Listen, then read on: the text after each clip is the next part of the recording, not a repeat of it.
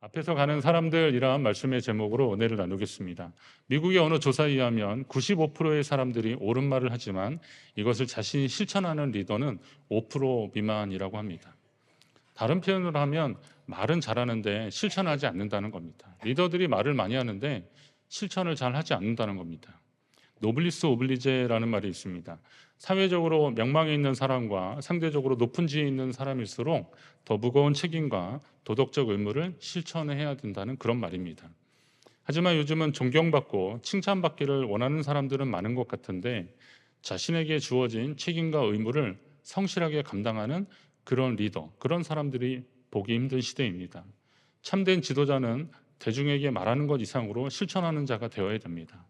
저도 말씀을 전하는 사람으로서 행함과 실천에 대한 무한 책임을 느낍니다. 하나님이 오늘도 제게 말씀을 전하게 하시고 그에 대한 부담을 주시는 것, 이 참 힘든데 부담스러운데, 그러나 오늘 이렇게 말씀을 전할 수 있는 기회를 하나님이 제게 다시 한번 주셨다라는 그런 책임감을 가지고 저는 이 자리에 섰습니다. 듣는 여러분도 새로운 각오로 하나님의 일에 참여하시기 바랍니다. 오늘 내가 하나님의 말씀을 들을 수 있는 기회를 주셨다. 오늘 내게 하나님이 그런 기회를 주셨다. 그런 마음에 이 자리가 소중한 시간입니다. 이 시간이 하나님이 함께 하시는 복된 시간 되시기를 간절히 바랍니다. 오늘 본문으로 보면 3절에 동방 해돋는 쪽에 진을 치는 자들이 있었습니다. 동방 해돋는 쪽에 진을 치는 자들. 이스라엘 백성들이 행군할 때 그리고 멈출 때 이 진영이 있었습니다. 기본적으로는 이 진영, 이 대오를 계속 유지했는데 동방 해돋는 쪽에 진치는 사람들, 성막 배치도를 보시면 알겠지만 이스라엘 백성들은 동쪽인 가나안으로 향하고 있었습니다. 그래서 해돋는 동쪽에 진치는 사람들은 가장 앞쪽에 진을 치는 사람들인데 유다, 이사갈, 스불론 지파가 제1대가 되어서 이렇게 진을 쳤습니다. 무리 가운데 맨 앞에 갈 때 예상되는 어려움들이 있습니다. 그러니까 이 유다 지파를 비롯한 이 사람들은 맨 앞에 가는데 이 맨 앞에 가는 사람들은 어려움들이 있습니다. 우선은 방향을 제대로 정해야 되고 앞으로 만나는 대적들의 공격에 대비해야 되는 막중한 책임이 있습니다. 방향을 잘 정해야 됩니다. 지금처럼 무슨 내비게이션이나 이런 게 잘 발달된 시대가 아니기 때문에 물론 이제 경험상으로 동쪽이 어딘지 알겠죠. 그러나 무조건 동쪽으로만 갈 수 있는 건 아니지 않습니까? 돌아갈 때도 있고 또 피해갈 때도 있고, 그러니까 그쪽 방향을 꾸준히 유지하면서 가야 되는 그런 능력이 있어야 됩니다. 그런 감각이 있어야 됩니다. 함께 몇 년 전에 이쪽 지역의 목사님들하고 몇 분이 문배마을 한번 가보자 그래서 거기를 올랐습니다. 문배마을 갔다가 그냥 구곡폭포 쪽으로 다시 내려오는 줄 알았더니 그쪽으로 지나서 저쪽으로 이렇게 쭉 내려가면 입구 쪽으로 오는 길이 있다는 겁니다. 어느 목사님이 그쪽까지 가야 되지 이건 운동도 안 된다는 거예요. 그래서 그럼 가보자고 그래서 갔는데 이분이 한참 가다가 약간 애매하시더라고요. 그래서 이게 아닌가 보라는 겁니다. 또 막 험한 길, 원래 저는 길이 아니면 잘 안 가는데 그분이 또 이를 가면 좀 금방 간다고, 그래서 도저히 안 되겠더라고요. 그래서 제가 핸드폰을 켜고 구글 맵을 이렇게 보니까 방향이 여기가 아니에요. 그래서 이리로 가야 된다고. 그래서 결국은 이제 원래는 한 오후에 올 줄 알았는데 해질녘에 내려왔습니다. 그래서 다음부터는 저분은 앞에 가면 안 된다. 꼭 막어라. 예. 운동 잘하시고 열심히 있는 분인데 그날 좀 착각하신 것 같습니다. 그래서 앞에 가는 사람들이 그렇게 중요하더라고요. 방향을 잘 잡아야 됩니다. 그리고 대적의 공격이 예상되기 때문에 그것을 대비하는 막중한 책임이 있습니다. 아시겠지만 이스라엘 백성들이 가나안 땅으로 들어갈 때 뭐 이방 민족들이 어서 오시라고 뭐 환영해주고 그렇지 않았지 않습니까? 첫 시작부터 르비딤 골짜기에서 아말렉과 싸웠고, 그리고 에돔은 에서의 후예들인데 먼 집안인데 좀 길 좀 내주면 어때요? 우리가 여기서 살겠다는 것도 아니고 좀 지나가겠다는데 그것도 못하게 하는 겁니다. 그래서 방향을 좀 틀어야 되고 모압과 암몬은 또 계속 이스라엘을 대적했습니다. 그러니까 이런 속에서 맨 앞에 있는 사람들이 공격 대상이 되는 상황입니다. 그러나 역시 앞으로 가야 됩니다. 따라서 이런 여러 가지 대적의 공격이 예상되는 상황에서 선두 그룹을 유지하면서 계속 가기란 쉽지 않았습니다. 우리가 앞에 선다는 것은 그만큼 더 희생이 필요하다는 겁니다. 각오가 필요한 겁니다. 그래서 여러 지파 중에서 가장 용맹했던 유다 지파가 앞에 서도록 하나님이 지시하신 것으로 보입니다. 유다 지파를 비롯한 선두 그룹들은 그 일이 얼마나 막중한 일인지를 알았습니다. 그렇기 때문에 사명으로 묵묵히 감당했던 겁니다. 혹시 여러분이 무리 앞에 서야 한다면, 여러 사람들 앞에 서서 가야 한다면 그 일은 하나님의 부르심이라는 사실을 기억하십시오. 부담이 좀 되더라도 사명으로 잘 감당하시기 바랍니다. 그리고 앞서가는 분들이 있으면, 앞에서 가는 분들이 있을 때 그분들을 좀 응원해 주십시오. 괜히 뒤에서 야 내가 해도 저거보단 잘하겠다 이런 말 하지 마시고, 얼마나 고생이 많습니까? 얼마나 수고하십니까? 잘한다고 칭찬해 주고 격려해 주시기 바랍니다. 그게 바로 우리가 계속 앞으로 잘 나가는 비결입니다. 유다 지파를 따르랍니다. 하나님은 성막을 중심으로 세 지파씩 묶어서 크게 동서남북 네 그룹으로 나눴습니다. 그 지파 배치도 보셨죠? 성막이 머무를 때는 이렇게 유다, 이사갈, 스불론, 르우벤, 시므온, 갓, 그리고 베냐민, 므낫세, 에브라임, 단, 아셀, 납달리 이렇게 네 그룹으로 묶었습니다. 이걸 잘 보니까 성경에는 구체적으로 나오진 않았지만 이 기준이 뭘까 그랬더니 띄워놓고 봐주세요. 야곱의 아내 레아, 빌하, 실바, 라헬이 있는데 이들의 자녀들을 그룹으로 묶은 거예요. 세 그룹씩 하면. 예를 들면 이제 유다, 이사갈, 스불론, 이 레아의 자녀들입니다. 그리고 이제 레아의 자녀들, 그리고 또 르우벤, 시므온은 레아, 갓은 레아의 몸종인 실바에게서 나왔어요. 그러니까 좀 연관성이 또 있죠.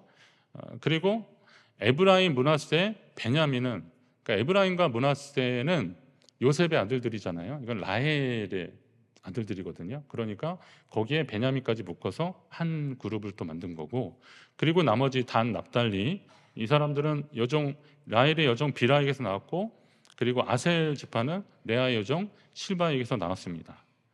그러니까 거의 연관성이 있죠. 좀 나중에 남으니까 또 한 묶음이 되기도 했지만 나름대로의 그런 어머니가 누구냐에 따라서 그렇게 한 거예요.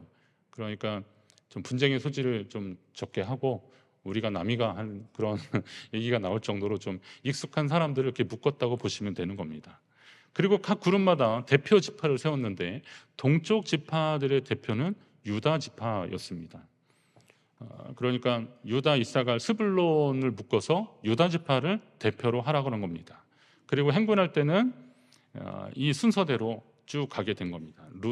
유다, 르우벤, 에브라임, 단 지파가 좀 진하게 칠한 그 지파가 그 그룹의 리더격이 돼서 앞으로 가게 되는 겁니다. 그럼 왜 유다 지파일까요? 유다 지파가 맨 선두 그룹에서도 가장 대표 지파가 되었을까? 한번 생각해 보십시오. 야곱이 죽기 전 마지막으로 아들들을 축복할 때 유다에 대해서 예언을 하면서 기도하면서 그럽니다. 유다는 사자 새끼로다 그러면서 쭉 나가면 규가 유다를 떠나지 아니하며 통치자의 지팡이가 그 발 사이에서 떠나지 아니하기를 실로가 오시기까지 이르리니 그에게 모든 백성이 복종하리로다, 이런 예언을 해줍니다. 야곱이 그의 아들한테 그렇게 해주는데 거기에 규가 유다를 떠나지 아니할 것이다 라는데, 이 규는 지도자, 왕의 그 지시봉 같은, 지팡이 같은 그걸 의미하는 겁니다. 이게 떠나지 않았다는 것은 유다 지파의 리더십이 계속될 것이다, 그리고 모든 백성이 그에게 복종할 것이다 라는 예언입니다. 이후에 다윗 왕이 유다 지파였고 예수 그리스도께서 유다 지파의 족보, 혈통을 따라서 오신 것을 보면 이 예언의 말씀이 어떤 것인지 우리는 알 수 있습니다. 문제는 유다 지파의 리더십을 다른 지파들이 인정할 수 있느냐라는 겁니다.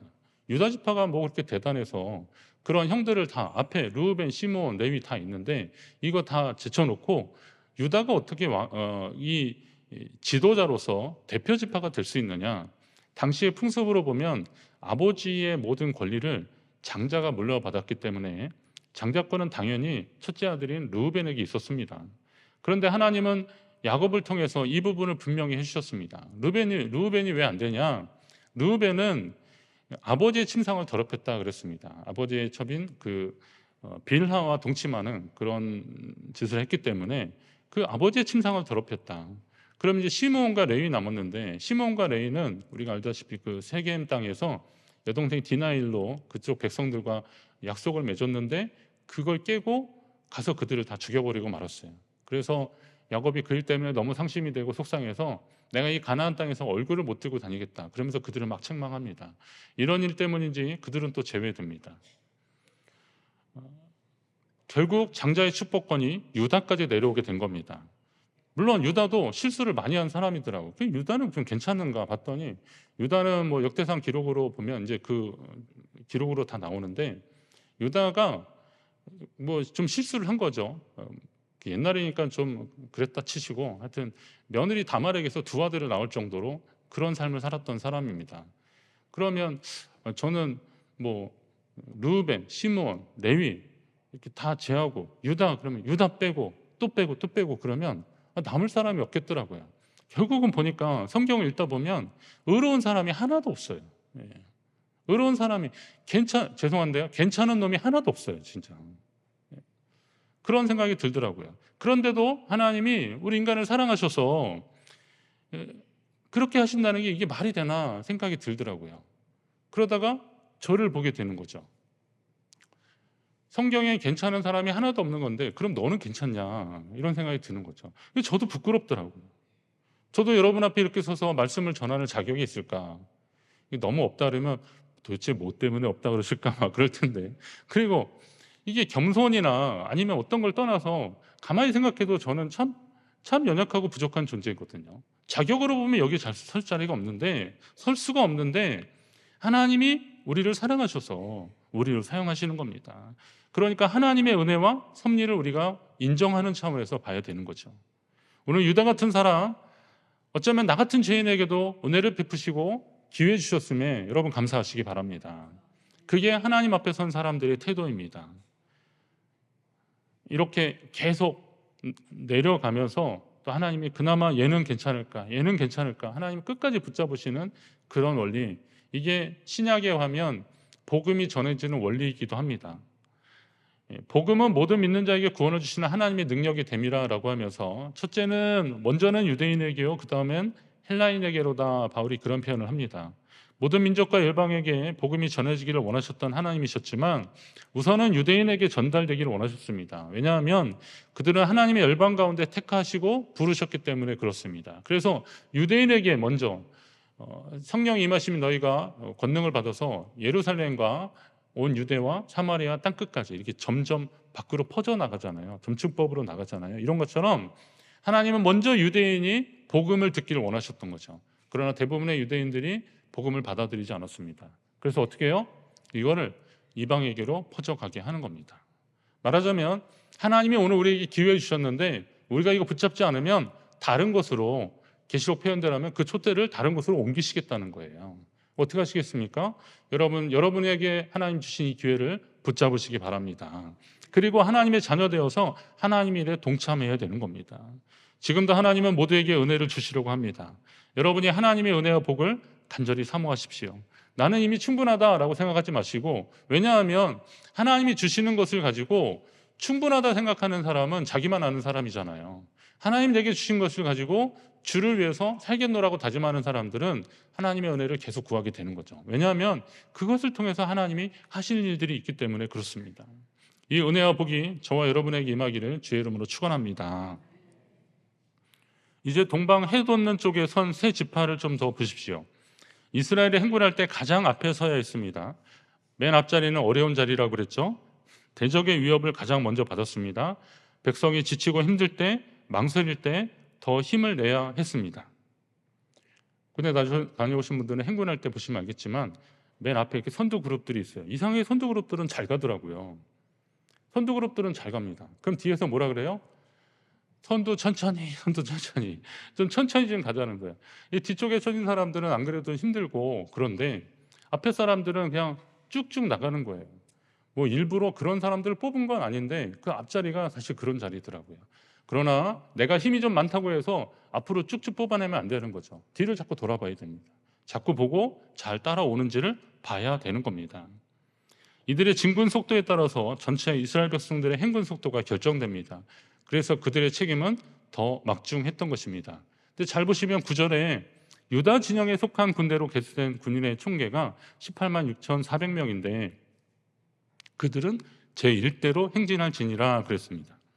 유다 지파 유다 진영에 속한 군대를 다 세는데 유다 뭐 7만 얼마 이렇게 막 했는데 다 세니까 18만 6,400명이잖아요. 이 사람들이 유다 진영에 속한 사람들이라고 그냥 그렇게 쳐버리네요. 그러면 거기 나중에 이사갈 스불론은 어디 간 걸까요? 그냥 없어진 걸까요? 그렇지 않고요.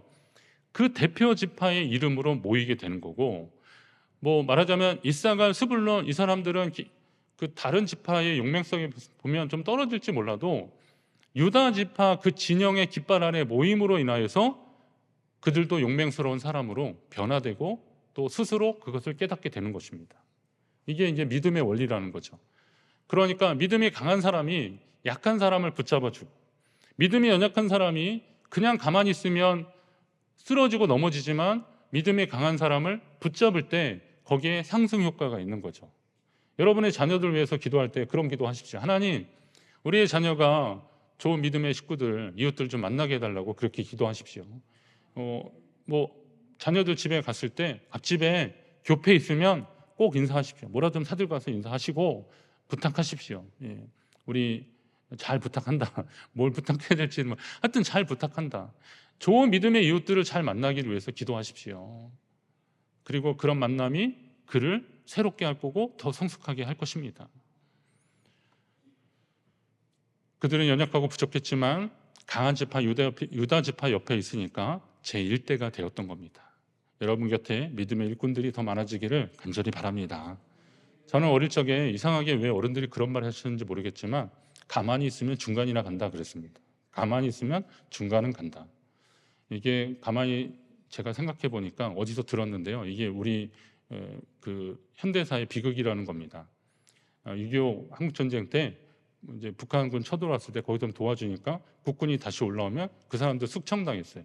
또 그래서 군인들 또 도와줬더니 또 인민군 보면은 또 거기서 또 숙청당하고 그러는 겁니다. 그러니까 그냥 차라리 가만히 있자. 일제 때도 그랬겠죠. 가만히 있으면 중간이라 된다. 이거는 생존을 위한 몸부림이었을지 모르겠지만 그러나 저는 가만히 있으면 아무 일도 일어나지 않는다. 이런 말을 더 신뢰합니다. 가만히 있으면 아무 일도 일어나지 않습니다. 여러분, 믿음의 역사도요. 가만히 있으면 아무 일도 일어나지 않습니다. 기도하지 않으면 아무 일도 일어나지 않습니다. 말씀 보지 않으면 하나님이 감동시키지 않습니다. 여러분이 열심을 내지 않으면 하나님이 아무 일도 하지 않으십니다. 그래서 저는 이 말이 더 신뢰가 가죠. 섬김과 희생이 희박한 시대에 솔선수범하는 실천의 사람, 행하는 사람이 필요한 겁니다. 하지만 앞에서 가는 일은 고독합니다.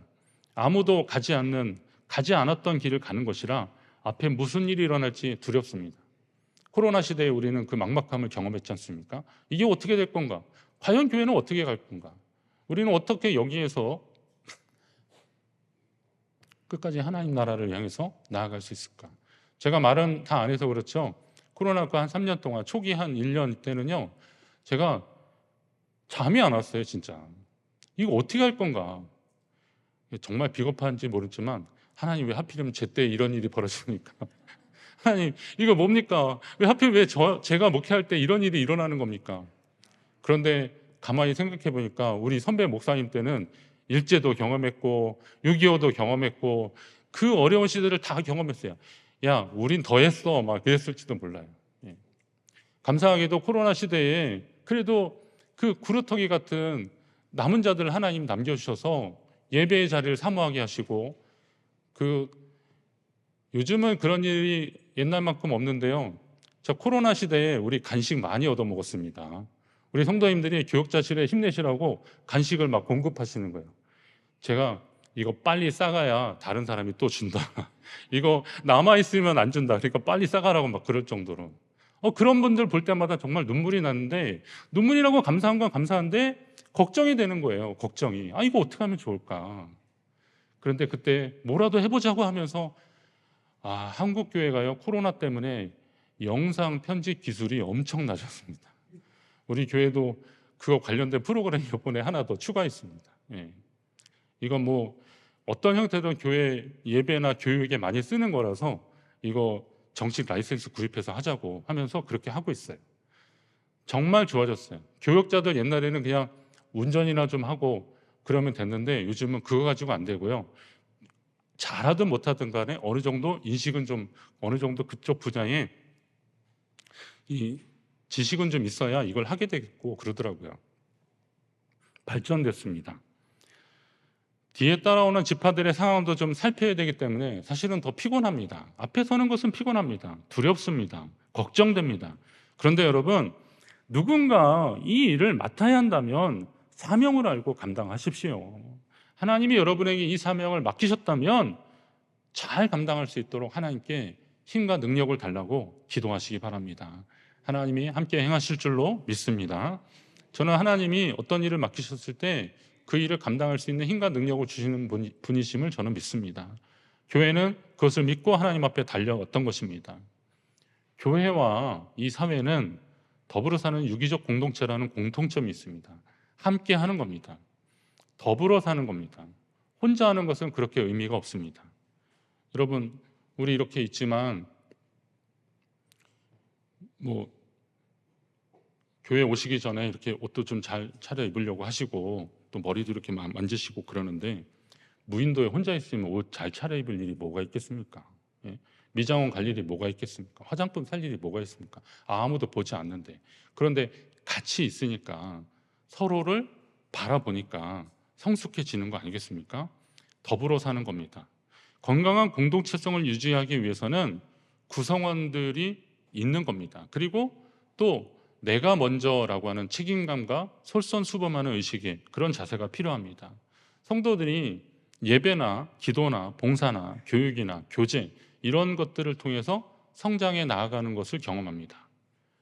예배, 기도, 말씀, 교육, 교제 이런 것이 그 성도가 점점 성숙해져가는 과정이 되는데, 그런데 이를 위해서 모든 성도가 그래야 되지만 특별히 교회 일꾼들은 교회 공동체 속에서 세움을 받은 사람들이니 그것을 더 맡겼고 더 위탁한 분들이고 위탁을 받은 분들이니 책임을 맡은 분들이니 직임을 맡은 분들이니 개인 신앙의 차원을 좀 넘어서 사명을 가지고 이 일들을 하셔야 되는 겁니다.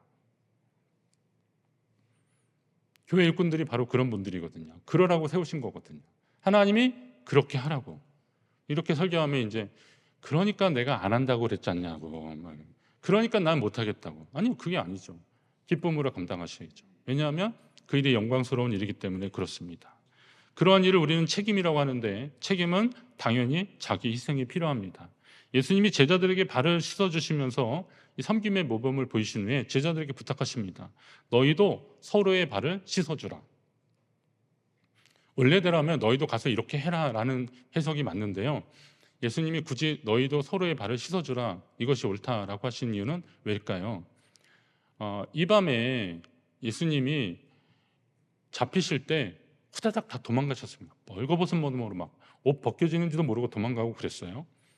그리고 또 얼떨결에 따라갔다가 나는 그 사람을 모른다. 그리고 부인하고 도망갔습니다. 자, 그러다가 제자들이 만났어요. 야, 너는 그렇게까지 부인 안 한다고 그렇게 큰 소리 치지만 제일 먼저 도망가더만 넌 비겁한 놈이야. 이렇게 손가락질 할 것이 아니라 연약함을 보고 서로의 발을 씻어주는 마음으로 아니 괜찮아, 그럴 수 있지, 이런 말 하라는 게 아니에요. 그의 연약함을 인정해주고 서로의 발을 보듬어주는 그런 관계가 되라는 거예요. 이게 사명자고 하나님의 일을 맡은 사람의 모습입니다. 섬김의 사람들이 바로 그렇게 하라는 거예요. 믿음이 연약할 때 약간 좀 우리가 생각하는 규범에, 신앙의 규범에 좀 어긋난 경우들 있지 않습니까? 그걸 호통치는 것이 아니라 그래, 나도 예전에 좀 그랬어. 그러나 우리가 하나님께 좀 더 가까이 갑시다 라고 그렇게 일으켜 주는 거죠. 직분자들은, 일꾼들은 제가 그런 비유를 한번 한 적이 있습니다. 이렇게 오랫동안 하다 보면 이렇게 참 피곤하고 힘들어서 이렇게 주저앉고 싶을 때 있거든요. 그런데 일을 맡은 사람은 야, 우리 조금만 더 가면 된다. 이제 얼마 남지 않았다 라고 말해주는 사람이 일을 맡은 사람입니다. 그럴 때 조금 더 힘을 낼 수 있는 겁니다. 말을 많이 하는 사람보다 행동하는 사람이 그래서 필요한 겁니다. 오늘 한국교회는 그런 사람이 필요한 거죠. 한국교회 교인 이탈 현상에 대한 여러 가지 해석 중에서 교회가 세상의 빛과 소금의 역할을 잘 감당하지 못했다, 이런 이야기들이 나옵니다. 근데 저는 이 대목을 잘 보면서 그런 마음이 들었어요. 교회가 세상의 빛이다, 소금이다, 이거 누가 하신 말씀이에요? 예수님이 제자들에게 하신 말씀이기 때문에 세상 사람들은 우리는 세상의 빛입니다, 소금입니다 말하면 니들이 뭔데 그렇게 하냐 막 그럴 거예요. 그러니까 이 말은 사실은 주님의 말씀에 감동을 받은 사람들이 나는 세상의 빛과 소금의 역할을 감당하겠노라 라고 하면서 세상을 향해서 나아갔던 교회의 공동체의 고백인데, 그 역할들을 잘 못했기 때문에 실망한 사람들에 의해서 교인 이탈 현상이 일어나는 거고 세상에 영향을 주지 못한다는 겁니다. 왜 그럴까요? 권리는 어떻게 해서든 찾아 누리려고 하면서 책임은 다하지 않았다는 겁니다. 내게 주어진 권리는, 마땅히 누려야 될 권리는 막 찾으면서 책임을 다하지 않았다는 거. 교회 안에서도 그렇고 사회에서도 그리스도인이라고 하는 이름으로 살면서 그 사명을 감당하지 못했다는 겁니다. 어느 공동체에서든 말은 잘하는데 행함과 실천이 없는 사람은 책임을 다하는 사람이 아닙니다. 교회도 그렇고 사회도 그렇습니다. 아까 말했던, 만약에 95%의 사람들이 옳은 말을 하는데 실제로 실천하는 사람이 5%밖에 되지 않는다. 이게 미국의 조사인데 한국이 만약에 그랬다 그러면 우리 그 사회가, 그게 이제 보편적이라고 한다면 그럼 우리는 어떻게 될까? 만약에 책임 있는 관료나 정치인들이 그런다 그러면 이 사회가 어떻게 될지 한번 생각을 해보시고요. 그러면 이 세상에서 빛과 소금의 역할을 감당해야 되는 교회가, 성도가 그런다면 어떻게 할지를 한번 잘 생각해 보십시오. 이 말은 다시 말해서 남들도 그러니까 우리도 그러자라는 말이 아니잖아요. 이제부터라도 우리가 하나님 앞에 이 사명감을 가지고 감당하는 사람이 되자, 실천하는 사람이 되자라는 겁니다. 각자 속한 모임에서 자신이 해야 할 몫이 있습니다. 우리는 그것을 책임이라고 합니다. 이 책임과 의무라고 하는데 이거 말하면 좀 부담스럽지 않습니까? 뭐 국민의 4대 의무 막 그럴 때 말할 때마다 그래 부담스럽죠. 예. 그러나 그것을 했을 때 오는 뿌듯함이 있습니다. 그리고 공동체의 일원으로서의 건강하게 성장하게 자라나는 것을 보게 됩니다. 건강한 모임은 책임을 감당하는 사람들이 필요합니다. 앞장서는 것은 분명 쉽지 않습니다. 그러나 그 일을 할 사람이 필요하고 하나님이 여러분을 사용하신다면 영광입니다. 그 주님의 부르심 앞에 쓰임받는 저와 여러분 되시기를 간절히 바랍니다. 가끔 교회 이렇게 나가서 마당에 보면 이 못들이 있어요. 나사못이나 이런 못들이 있는데 이건 제가 이렇게 습관적으로 줬습니다. 여러분들도 그냥 교회 못 있으면 그거 발로 이렇게 툭 치지 마시고요. 꼭 주우십시오. 왜냐하면 누가 밟거나 아니면 차가 지나가다가 그 쿡 박히면, 요즘 타이어가 이제 그거 아시죠? 튜브가 없는 타이어들이라서 바람이 빵 터지진 않아요, 옛날처럼. 그런데 집에 가면 바람이 쭉 빠져 있거나 출근하면 다음날 쭉 빠져 있어요. 그래서 가서 카센터에 가보면 나사목 같은 게 박혀 있는 겁니다. 그게 그렇게 박혀 있는 거예요. 교회에서 그랬나 보다 의심하지 마시고 그냥 밖에서도 그런데, 적어도 이제 교회 오는 성도들이 그러면 안 되니까, 차들이 그러면 안 되니까 그냥 습관적으로 줍습니다. 근데 어느 날 이렇게 보는데 아주 멀쩡한 나사못이 그냥 버려져 있더라고요. 이건 왜 여기까지 와 있을까? 그건 아마도 작업자가 이렇게 하다가 뚝 떨어졌는데 찾다가 그냥 일은 바쁘니까 그냥 일을 한 거죠. 그리고 거기에 떨어진 거죠. 제가 그걸 주스면서 그랬어요. 너는 이렇게 버려지라고 지어진 것은 아닐 텐데, 그런 생각이 드는 거죠. 우리 인생도 그렇습니다. 조금 휘어진 못도 있습니다. 조금 휘어진 못도 있고 또 틀어진 못도 있고 뭐 그 나사선 부분이 좀 망가진 그런 못들도 있는데, 원래 공장에서 만들 때 그렇게 버려지도록 만들어진 도구는 하나도 없을 것입니다. 우리 인생도 마찬가지입니다. 하나님이 계획하시고 준비하시고 우리를 창조하실 때 그렇게 버려지도록 아무 의미 없이 그냥 왔다가 그냥 연수 채우고 그냥 가도록 하나님이 우리를 그렇게 지으시지는 절대 않았다는 겁니다. 저도 생애에 있어서 어떤 꿈과 비전이, 물론 이제 아주 좀 어릴 적인데, 그럴 때 막막할 때 제가 예수님이 인격적으로 만나고 그러면서 제 삶에 하나님이 어떻게 간섭하시고 어떻게 개입하실까 하다 보니까 뭔가를 해야 되는 방법을 알겠더라고요. 어떤 철학자가 그런 얘기 했더라고요. 목적을 알면, 인생을 살아갈 목적을 알면 어떻게 하든 살게 되어 있다, 그런 겁니다. 뜻이 있으면 길이 있다, 이런 거죠.